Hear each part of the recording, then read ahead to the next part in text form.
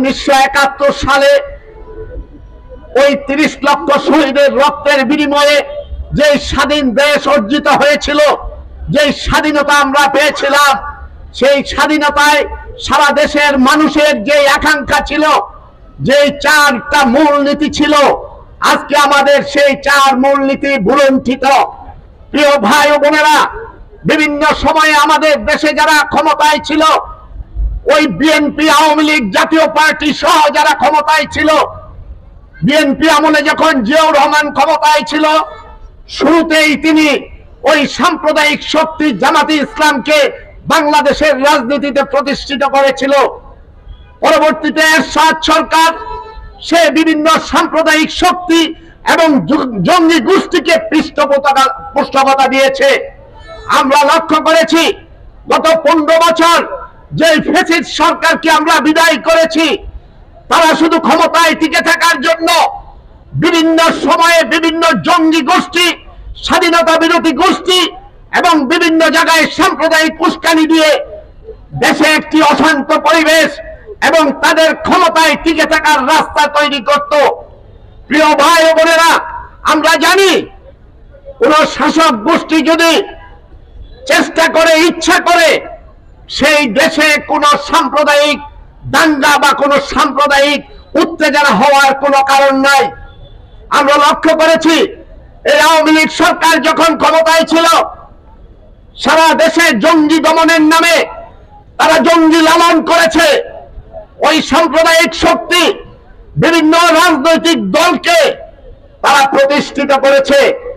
এই কারণেই আমরা কমিউনিস্ট পার্টি এই 1971 সালের ওই 30 লক্ষ শহীদ এবং 2 লক্ষ মা বোনের ইজ্জতের বিনিময়ে যেই দেশ স্বাধীন করেছিলাম, আমরা যেই 4 মূলনীতি প্রতিষ্ঠিত করেছিলাম, তার মধ্যে অন্যতম ছিল ধর্ম নিরপেক্ষতা। আজকে ধর্ম নিরপেক্ষতা তো দূরের কথা, ওই ধর্ম নিরপেক্ষতা শুধু সংবিধানেই আছে। আর আমাদের দেশে অতীতে যারা ক্ষমতায় ছিল, এখনো যারা ক্ষমতায় আছে, তারা ধর্ম নিরপেক্ষতাকে আস্তে আস্তে বিভিন্নভাবে আঘাত করছে।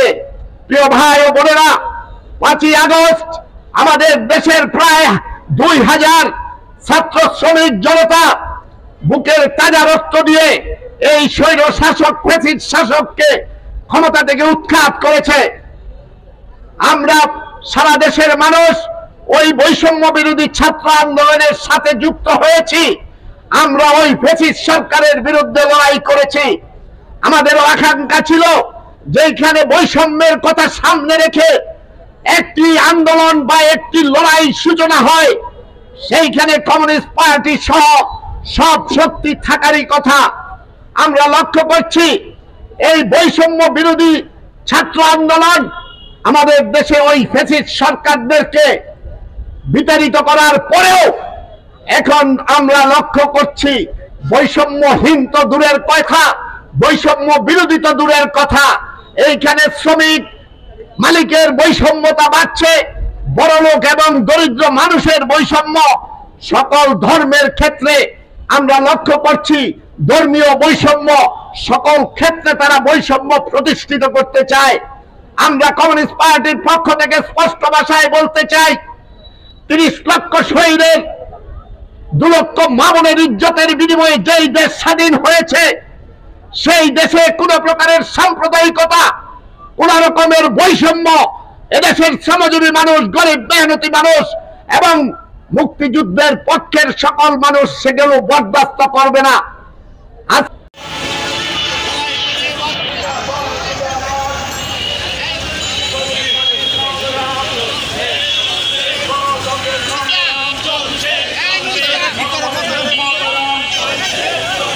মুক্তিযুদ্ধের চেতনা হারিয়ে যেতে দেব না, বীর বাঙালির চেতনা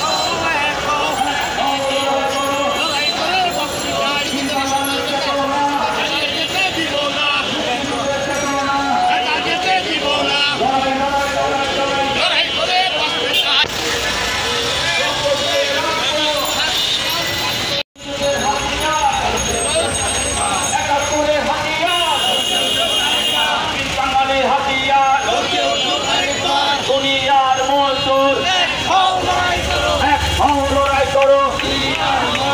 বাংলাদেশের কমিউনিস্ট পার্টি জিন্দাবাদ। গণতন্ত্রের সংগ্রাম